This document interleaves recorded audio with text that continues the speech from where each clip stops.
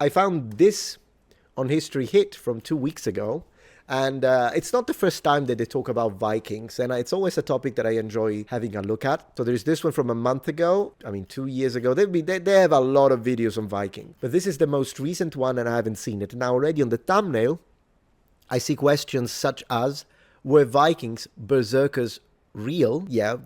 Yes, but we'll see how she addresses it. Maybe she'll distinguish between the wolf ones and the bear ones and tell us about the different meanings of the words, that kind of situation.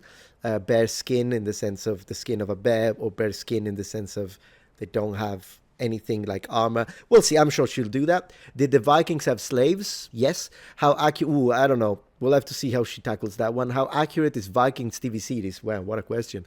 So yeah, no, I'm looking forward to see this one. So we're gonna check it out now. Hello, I'm Eleanor Barraclough. I'm the author of Embers of the Hand: Hidden Histories of the Viking Age.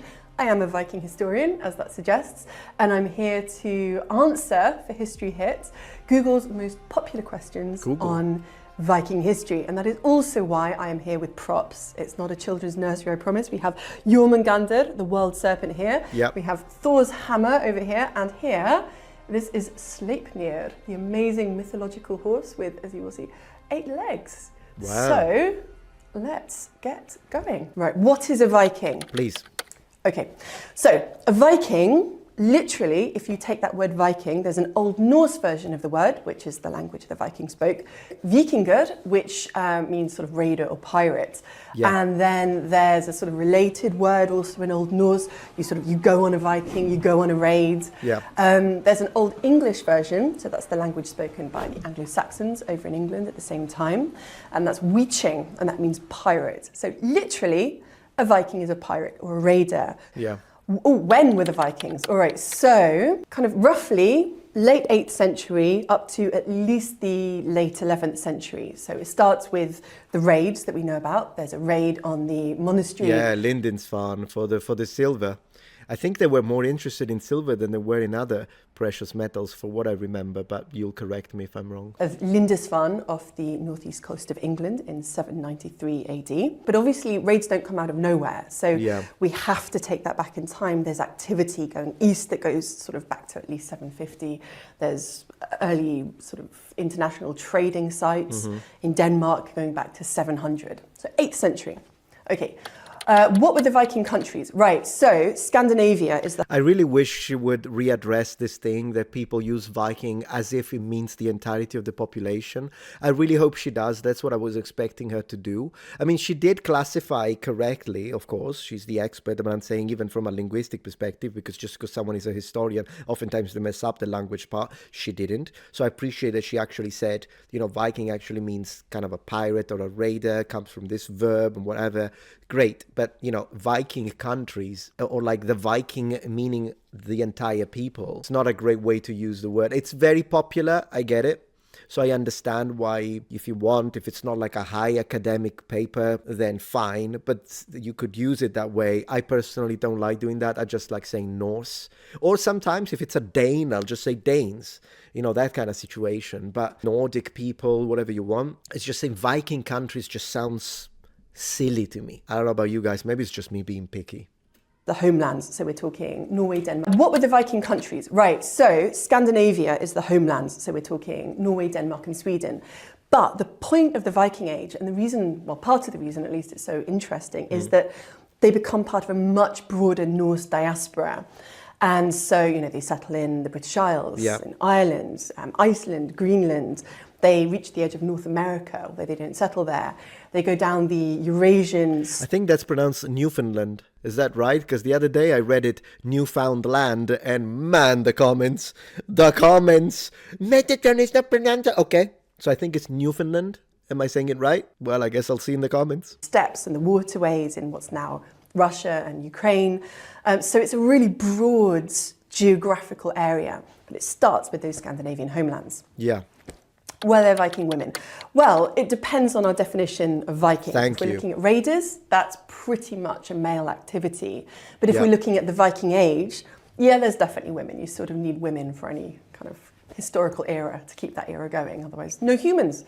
And of course the women are doing really important things like making the textiles that you need for, you know, clothes and sort of ship sails, all the things that you think about as very much characterizing that Viking Age world. You've got to be able to travel, you've got to be dressed, you've got to be warm, and you've got to eat. So yeah, Viking Age. So the way I would have answered it, I'm not saying that she's the expert. I would have said, were there Viking women?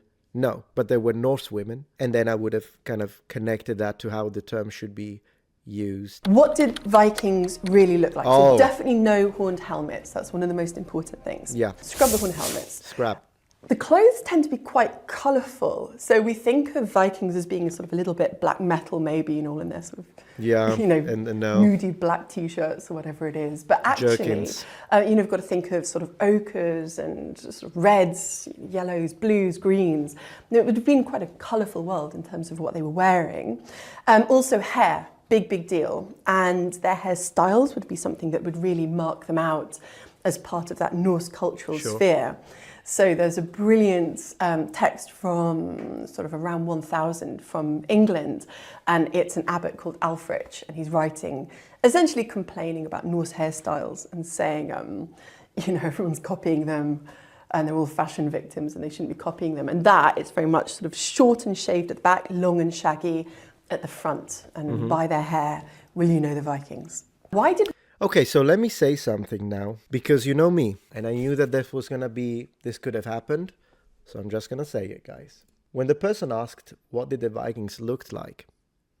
Notice that in her answer, the professor addressed the clothing and addressed the hairstyle. She purposely skipped ethnicity. When someone asks, what did they look like? I would answer with all three, but she sounds English. And I have nothing against English people, but I'm saying I think professors, particularly in the UK, but also in the US, are terrified to address anything ethnic because of possible repercussions and backlash. Also because, unfortunately, there are some groups like Neo-Austrian Painters Fan Club that connect themselves to the Nordic cultures. And so now, if someone asks you, what did the Vikings look like? Or what did the Norse look like? The reality, it's obvious. And by the way, I'm making a video dedicated to this, because now that's being challenged in the UK as well. There will be a video soon about it. But you can't say it. They're terrified. They're afraid. And the reason why, you could tell me, I think you're reading too much into it. Maybe she just didn't think about it. Or maybe that's not what the question meant. Well, then, if the question was about the hairstyle, they would have asked, what did their hairstyle look like? If the question was like about clothing, they would have asked, what kind of clothing did they wear? If they say, what did the Vikings look like? The person wants to know phenotypic traits. The reason why I think I'm not looking too much into it, I really think categorically 99% I'm right, is because this is not the first time. It's not the first rodeo on History Hit. They had an Egyptologist and a specialist in ancient Egypt, and they asked, what did the ancient Egyptians look like? And it was clearly about the ethnicity. And the guy said, well, they looked like human beings. Coward. You're a coward. Not her. That guy, coward.